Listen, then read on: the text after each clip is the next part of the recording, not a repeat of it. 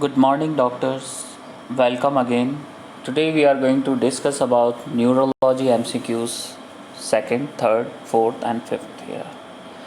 A 23-year-old man present with recurrent headaches.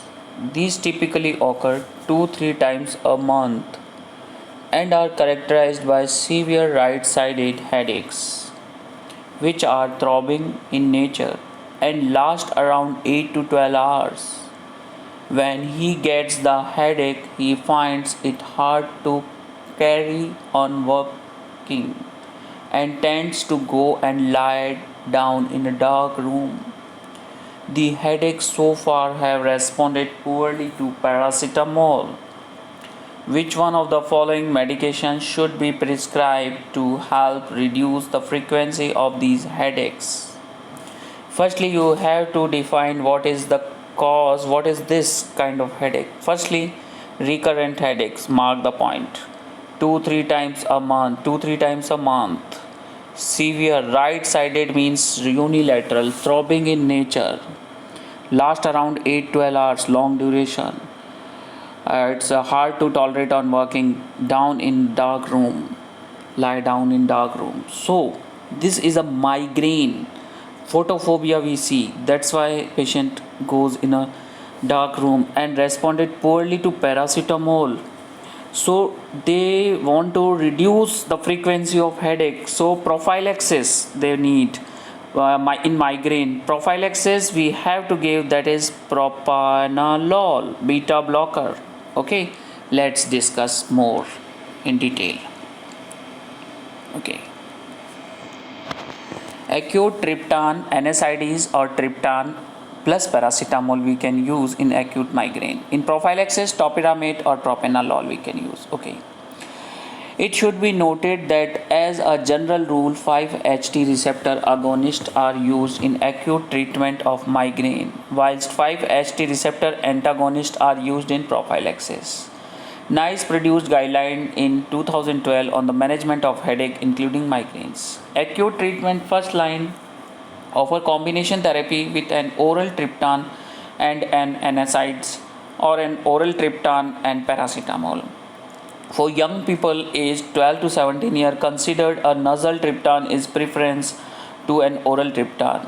If the above measures are not effective or not tolerated, offer a non-oral preparation of metoclopramide or prochlorperazine and consider adding non-oral steroids or triptan. Okay.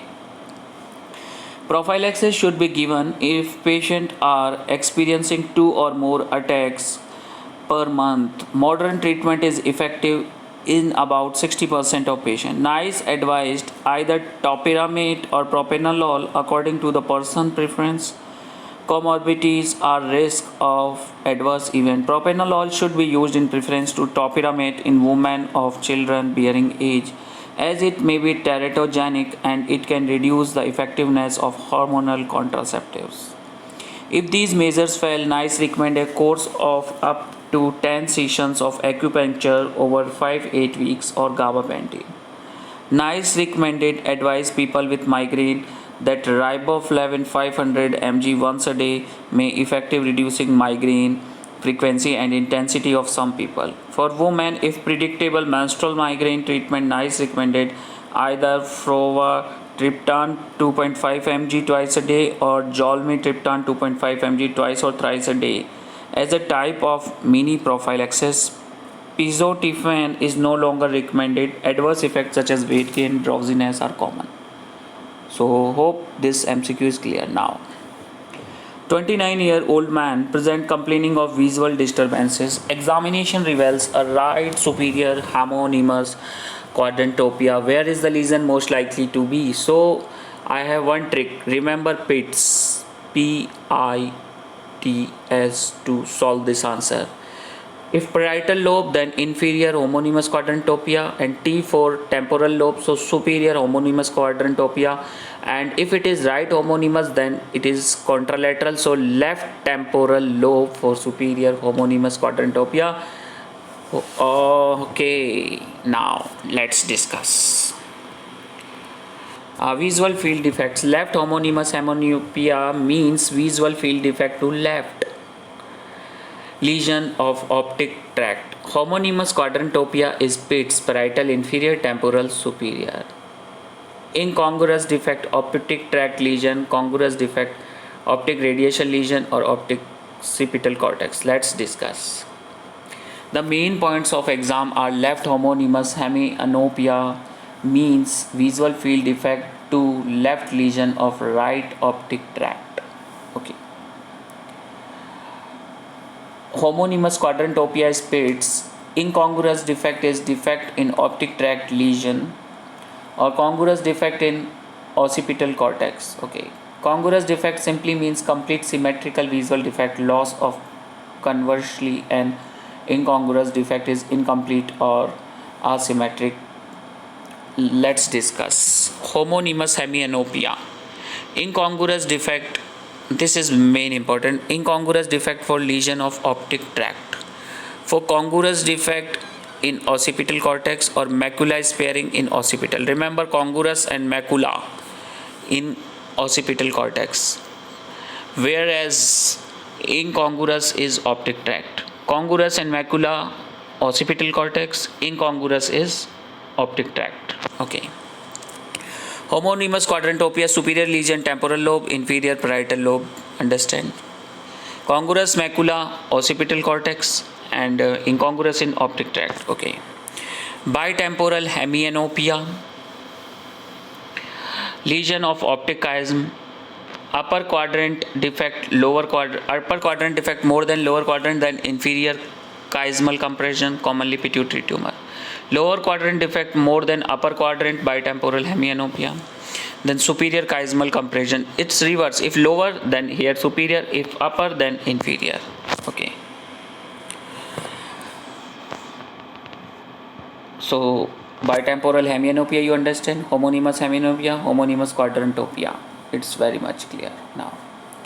A 64-year-old man with a history of Parkinson's disease is reviewed in a clinic with a decision has been made to start him on cabergoline. Which one of the following adverse effect most likely associated with this drug? So cabergoline associated with pulmonary fibrosis. Let's discuss in detail. Current accepted practice in management of patient with Parkinson's disease is to delay treatment until the onset of disabling symptoms and then to introduce a dopamine receptor agonist. If the patient is elderly, levodopa is sometimes used as initial treatment.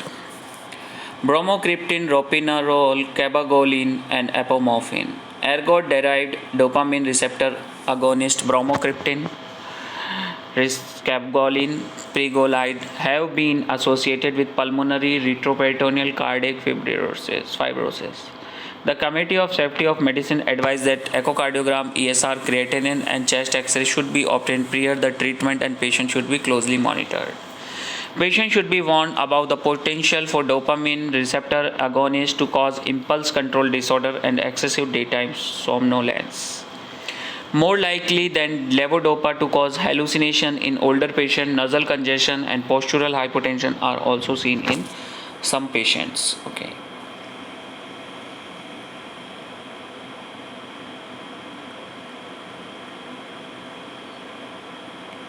Levodopa usually combined with decarboxylase inhibitor carbidopa or benserazide to prevent peripheral metabolism, levodopa to dopamine. Reduce effectiveness with time to time.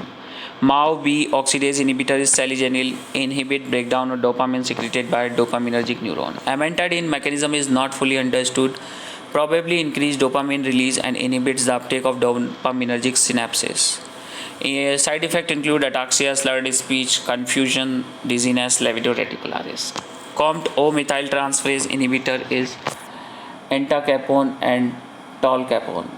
COMT enzyme breakdown of dopamine hence may be used as adjuvant to levodopa therapy. Antimuscarinic block cholinergic receptors now treat drug-induced Parkinsonism, idiopathic Parkinson's disease, helps tremor, rigidity, procyclidine, benztropine, and trihexyphenidyl benzhexol.